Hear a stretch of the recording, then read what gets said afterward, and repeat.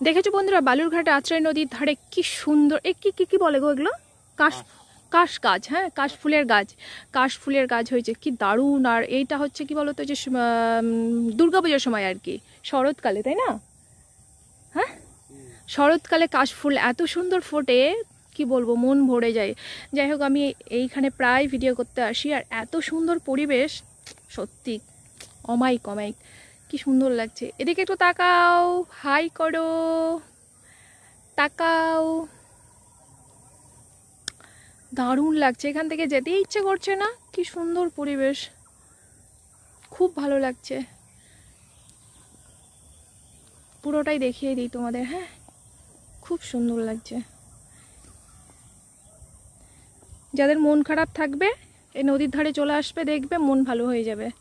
এই দেখো পাশে ওই যে দূরে নৌকো আছে, এই যে নদীর জলটা কি সুন্দর কিলকিল করছে, কলকল করছে একদম।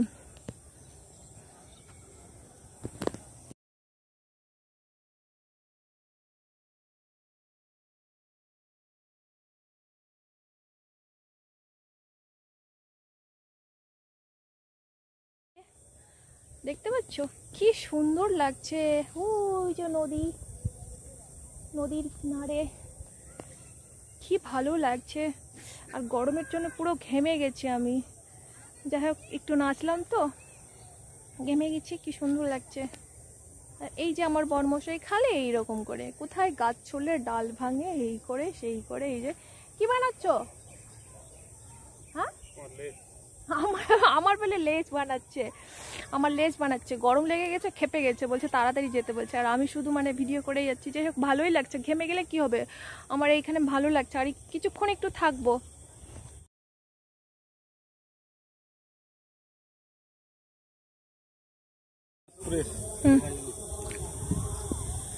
ও কি সুন্দর প্রাকৃতিক পরিবেশ, মন ভরে যায় দেখে।